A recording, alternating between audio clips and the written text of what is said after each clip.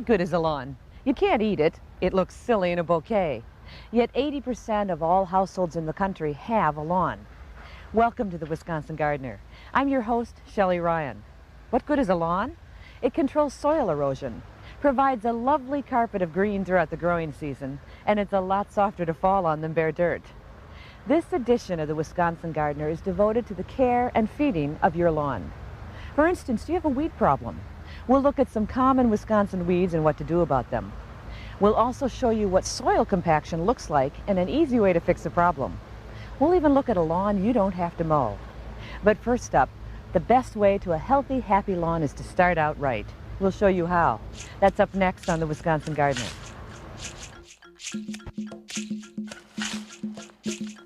Major funding for the production of The Wisconsin Gardener has been provided by Jung Seed and Nursery Company with garden centers in Randolph, Stevens Point, Madison, and Sun Prairie, and Fiskars, a Wisconsin manufacturer of ergonomic cutting tools for the home and garden, distributed worldwide.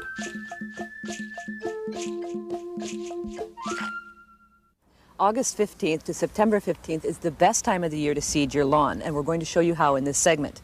We're at the O.J. Knorr Turfgrass Facility in Dane County. With me is Dr. Frank Rossi, Extension Turfgrass Specialist for the University of Wisconsin-Madison.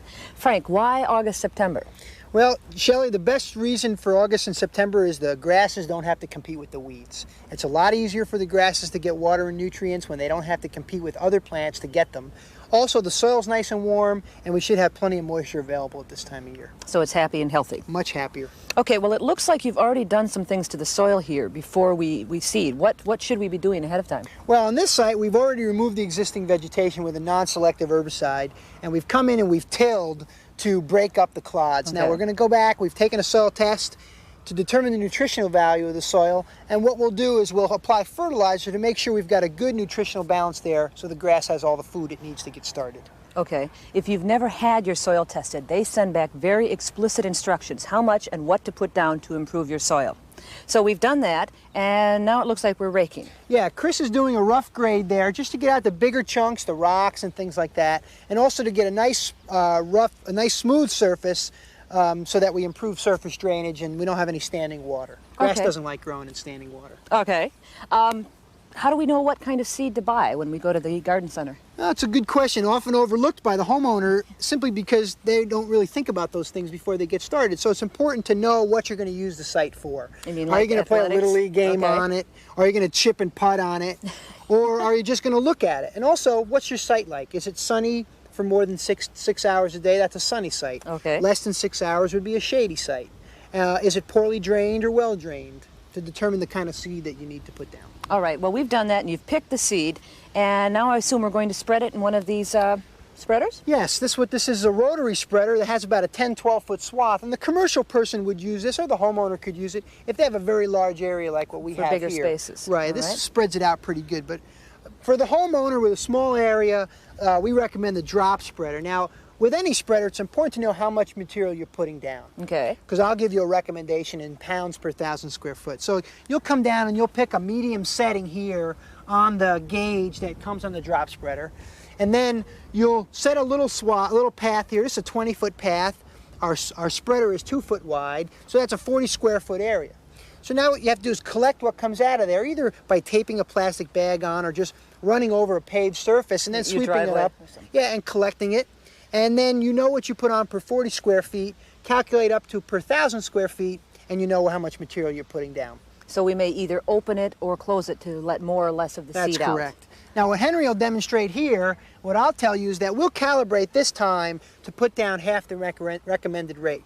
So if I gave you a recommendation of 2 pounds per 1,000, we'd calibrate that to put down 1 pound per 1,000. Why is that? We'll go in 2 directions, Shell. We want to cover the area twice because it gets difficult for the homeowner to have to overlap on these wheels. Okay. So Henry will go first north and south and then east and west to cover the area twice and give the recommended rate in two passes over.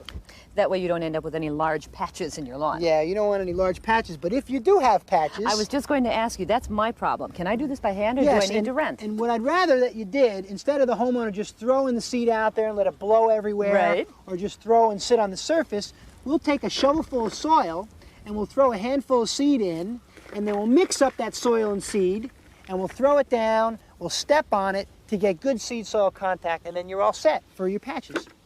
Okay, so we're done. We've seeded the lawn, right? No, almost. What we want to do, and the critical thing, is to get good seed soil contact so the seed can extract moisture from that soil. The first thing you want to do is mix that seed off the surface into the top 1/8 inch, and that's what Chris is doing here with a light leaf raker. Okay. You know, I have to ask you, by the way, you've used the term turf a couple times. Can you define that? Yeah, we, in our little turf world here, we use turf for grasses that are used for a function. For example, lawn turf, athletic turf, golf turf, sports turf. And we use that like forage grass when the grass is being used for a function. All right. All right. Well, we've raked our turf. Is there anything else we do to it?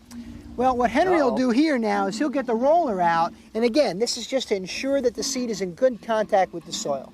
All right, I look at that and it looks like a huge piece of equipment, and I think, I don't want to rent that. I don't want to bother. Is it important to use a roller? Well, Shelley, in my experience in extension, it's the #1 reason lawns fail is because the seed is not in good contact with the soil. So a little light rolling goes a long way to ensuring success. All right, so for my successful backyard, I've raked, I've rolled. Okay. Do I mulch? Now, if you have a sloped area and you're worried about the soil moving off or eroding, then you'll want to put some mulch down. All right. If you're not going to be able to keep the surface moist all the time, to insulate the soil, we recommend a light layer of mulching, making sure it's weed-free mulch that is not putting weeds in there. All right, so a flat area like this wouldn't need a mulch? Not necessarily. How much do we water our new seeds? You want to keep that seed bed moist at all times until it's germinated and up. Okay, so it could mean once a day if it's a moist day, or like a windy day like this, you'll want to water a few times to keep that surface moist. Now, once the grass is up, germinated, then you'll keep the root zone moist to about 2 inches. So the surface can dry out a little bit because the roots are down now. So maybe a couple times a week. All right. Will we be mowing this year? Oh, this year we'll want to mow. As soon as the seedlings get to the height we want to keep it at. Most homeowners should keep their lawn between 2.5 and 3 inches. And you'll want to mow it as soon as it reaches that height with a nice sharp blade so that you're not tearing the seedlings out of the soil. All right. Is there anything else? Do we fertilize yet? Yes, you'll want to follow up with a fertilization.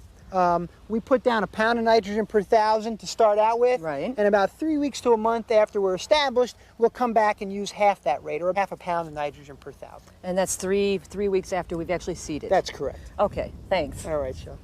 Stay with us and we're going to show you some tips on taking care of your established lawn.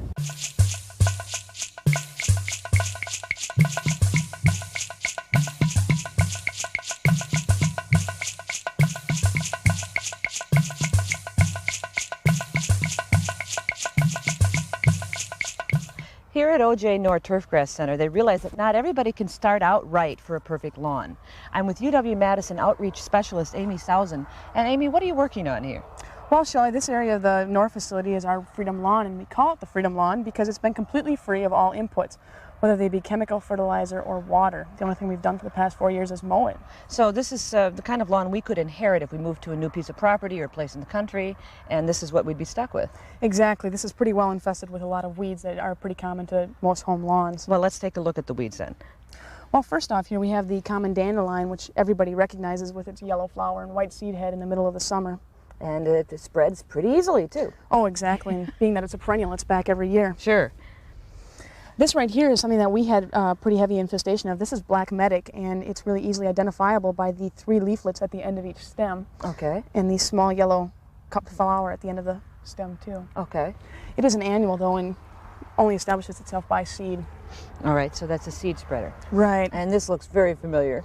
Yeah, this is actually white clover, and you can identify white clover by the 3 leaflets also, and the white flower in the very top that the bumblebees seem to like a lot. Well, and you see this around a lot. Yeah, you sure do. White clover used to be used in a lot of seed mixtures because it established so well and it was really? green. Okay. So in old seed mixtures, it was often common seeded right into the lawn. Okay. Now, do we fight these weeds basically the same for all 3 weeds? Yeah, you're generally going to want to consider an herbicide application sometime in the fall to make sure that it's going to eliminate your problem. Well, now you've been doing some experimenting here with what works and what doesn't. What have you done in this plot here? Well, in this plot, what we've done is we've fertilized the area, and as you can see, while it's improved the quality of the turf, it's also improved the health and vigor of the lawn weeds. So it's greener, but everybody's happy. Weeds, turf, everything. Exactly. And what about here? Well, in this plot, what we've done is, in addition to the fertilizer application, we've made an herbicide application to eliminate the competition posed by the weeds. So we've gotten rid of the weeds, we've got healthy, but it looks very bare in spots, like right here. Yeah, exactly. Those were the areas that were taken over by the weeds, and now that we've eliminated the weeds, they're thin. Okay, so what are the solutions then if we really want an ideal, pretty perfect lawn? Well, you know, there's 3 different things that you want to consider in a management program. You want to consider fertilizing, of course, herbicide application, and some form of overseeding. Okay, we'll talk about fertilizer a little later, so let's look at the overseeding first. Okay. This would be pretty much the first step anyhow to take care of the thin spots. Yeah, certainly it's going to be the most important step in improving the density of the turf. Okay. What we've done here is we've compared several different overseeding methods, and you can see we've got the old-fashioned, or the old familiar bucket method with the seed in the soil mixed in the bucket, where you just disperse them over the lawn evenly. So this is just soil and lawn seed. Exactly. Pretty good idea for a small area, but I wouldn't want to do this all over my entire lawn. Yeah, it becomes very difficult to get a constant spread of seed and soil across an entire lawn. So what would be the solution then for my big yard? Okay, well, there's a couple of options available. Most involve renting something from a rental center. Okay. This particular plot, we use what we call an aerator, and that's the item over here. That massive thing. Yeah, Now, exactly. What does that actually do to improve my lawn? Well, what an aerator does is it pokes holes into the turf, and it pulls cores of soil up onto the lawn, and leaves that soil on top of the turf. So you're pulling up, basically fresh soil to the top? Exactly. And then what would you do? Well, in order to make that soil usable, what we do is we kind of macerate it with a lawnmower and go over it and pulverize the whole area to get a nice, dense, uniform top dressing of soil. Okay, and that's when we would reseed again? After Exactly. you've done that? Then you want to consider just going over it with a regular lawn seeder, just as you would seed any bare area. So with a spreader like this, then we're going to get a little bit more even coverage too. Exactly. Now, are there any other options for people that, something more high-tech? Certainly, there's always something on the horizon, of course. This item right here is what we call a slit seeder. And what Wow. a slit seeder does is it slices little slits into the lawn, and it drops the seed into the slits. So hopefully what will happen is it'll get that good seed to soil contact for you. Now, in experimenting with all of these different choices, do you have a preference? Well, I guess I can tell you that out here at the North facility, we have had the best success using the aerator and the overseeding method. Okay, so but this is still an option for people too. Exactly. So there's a good time of year to overseed. Exactly. Of course, like any seeding, the best time of year to seed is from August 15th to September 15th in the Wisconsin area. Okay, what about weed control? Well, our research shows that the most effective method is to make a single herbicide application and, of course, timed properly. And good time of year to do that as well, usually? Or? Generally going to be in the fall for most weeds. Okay. Now, you've got a selection here. How do I pick one of these? Which one works? Well, the most important thing to do is to properly identify the weed that you're trying to combat. Know the enemy. Exactly. And then go ahead and find a product on the garden center shelf that has that weed on the label. And so if you're trying to deal with 3 weeds, probably you try to find all 3 on the label. Exactly, if you can. It certainly avoids over applications. Okay, granular, liquid, is there a better way? What's the best way to get rid of it with an herbicide? Well, I prefer a liquid application personally. It seems to allow a greater window of opportunity and when to get the chemical down. And our results show that you generally get better coverage. With the liquid then? Mm-hmm. Okay, so we've talked about overseeding and we've talked about herbicides. Right. What else? Fertilizing is the next step. Okay. Depending on exactly what type of lawn the homeowner is looking for at the end of all of this, you can choose exactly how much you want to put into it and whether that's the rate of fertilizer or the amount of applications that you can make in a year. So you can do a lot of effort or minimal effort. Exactly. Okay, great.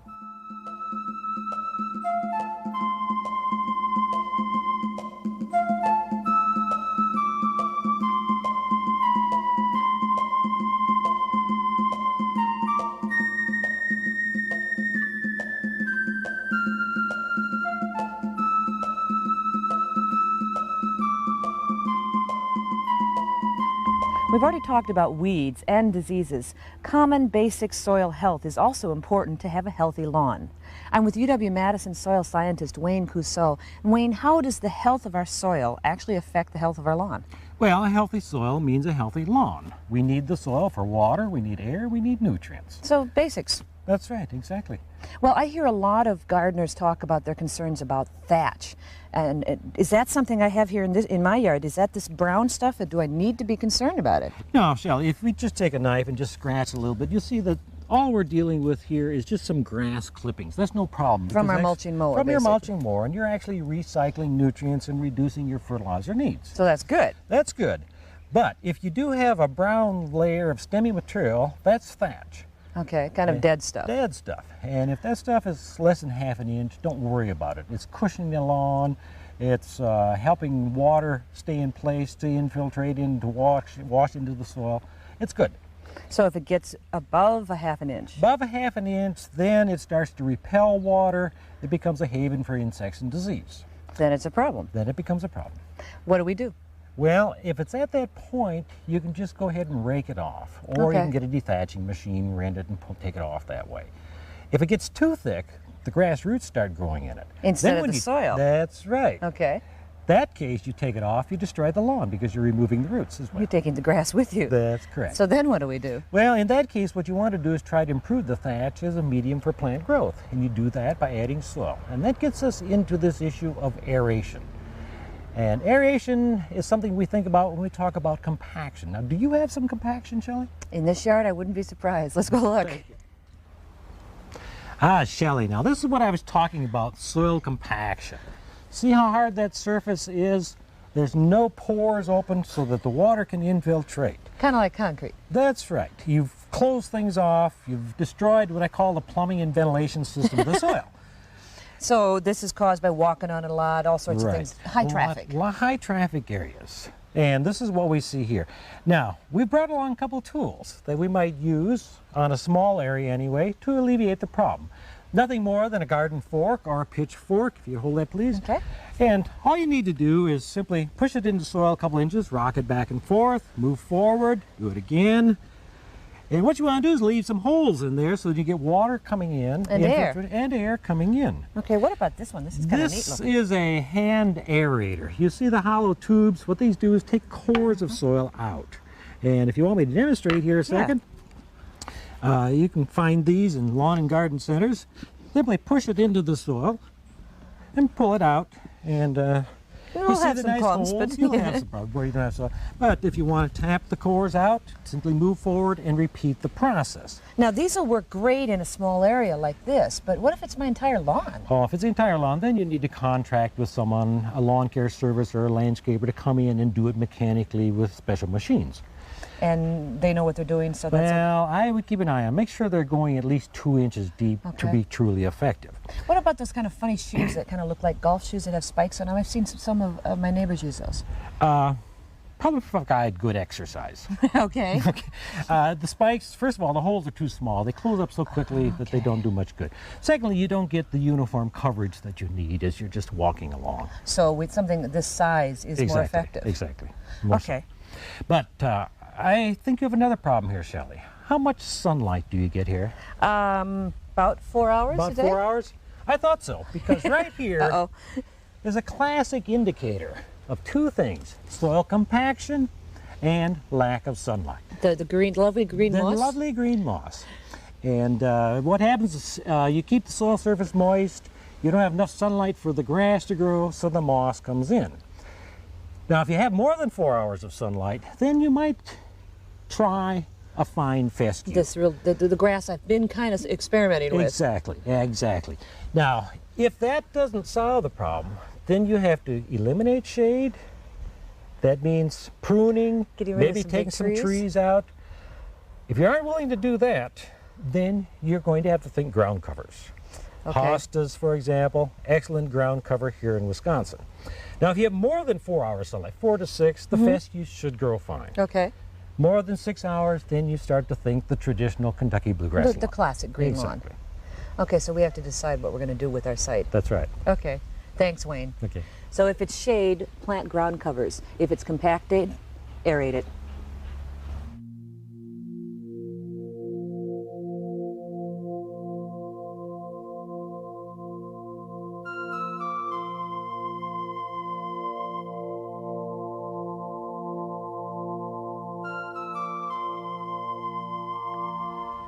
Not everybody wants to spend a great deal of time and effort for that perfectly manicured lawn. And there are alternatives. I'm with Neil DeBole of Prairie Nursery near Westfield, Wisconsin. And Neil, one of the first lawn alternatives I always think of are prairies. But that's real wild and it's not for everybody. You have kind of a compromise here. Yeah, I've got a wild lawn, which is composed of 6 fine fescues, slow growing, and very drought resistant. They grow in full sun or moderate shade, and they grow in regular soils or very dry soils.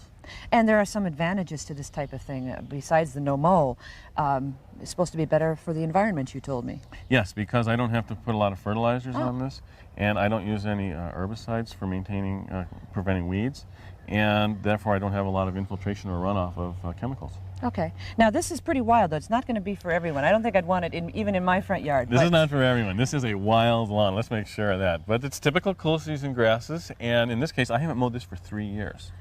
Okay, and because of that, because these are slow growing, I can get away with that. And slow growing, it might be great for like a cottage up north, someplace where I can't get to every day. Exactly, where you don't want to put a lot of maintenance or can't put a lot of maintenance, and maybe some farther reaches of your property. My woodland area or something. Exactly, on the edge of the property or something like that. Well, how do we establish something like this? You establish it the same as any other cool season turf mix, planted in the fall, usually between between August 15th and September 20th, and make sure you have an absolutely weed-free environment in the soil before you put the first seed down. Now, if I decide to mow, would I mow this the first year? You said it's pretty slow growing? In the first year, in the fall, when you seed it, you shouldn't have to mow it in the fall. But if you are going to mow it, and a lot of people do, they'll mow it every 3 to 4 weeks. They'll start that usually in May or early June of the first full growing season, right? Okay, what about weed control? Now, you've got some different weeds than what I see like in a normal lawn. Are these...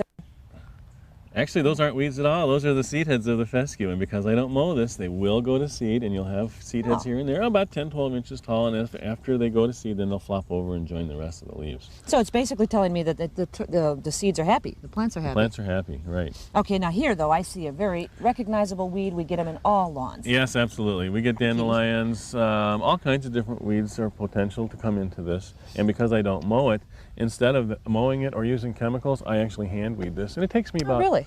Yeah, about 5 or 6 hours per year for about 1/3 of an acre of turf. Which is, I spend more time mowing. I used to spend that much time just mowing it once. Yeah. So hand weeding is an option. Okay, what can I use herbicides if I've got a big patch and I really want the weeds out of there? Will they work the same as they do on other lawns? This is a cool season turf mix. You can use the same broadleaf weed killers as well as pre-emergent herbicides to prevent annuals. Always check the label, though. Always. Okay, the other option obviously is to mow. That helps keep weeds down in my lawn now. Right. A lot of people will mow this, but you only have to mow it every 3 to 4 weeks rather than every 7 to 10 days. So you have about half the frequency of mowing, which is a big time saver. Now, you said you haven't mowed this in 3 years. There are problems with that. Yes, there are. And one of the problems is that because I don't mow it, when the leaves fall off the trees in the fall, they accumulate, and it's very hard to rake them out of these clumps and longer grass. So wherever the leaves accumulate over the winter, they kill out the grass. So same as any lawn. Same as any lawn, right. So an alternative to that is either to mow it every 3 to 4 weeks and then rake the leaves in the fall, or to come in the fall on a non-mowed turf situation and chop everything up with a mulching mower, or to mow it and then take everything off and put it into the compost pile in the fall. So probably most of us are going to end up mowing once a year. At least. Okay, I can live with that. Thanks, Neil. So consider this as an alternative. It really cuts down on your mowing time.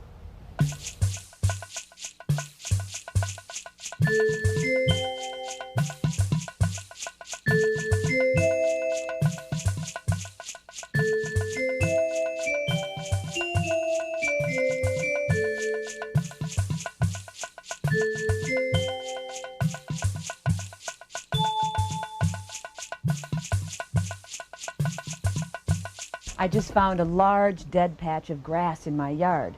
I had some windows replaced, and someone left this window sitting out on the lawn for only a brief period of time on a hot sunny day. That's all it takes to cook your grass. There are some other things like that to watch out for too. Salt, fertilizers, furniture stripping chemicals, and strong detergents or disinfectants. All of those can easily damage your lawn, so think ahead and be careful. Well, now I've got some reseeding to do. Happy lawn care, and thanks for joining me on the Wisconsin Gardener.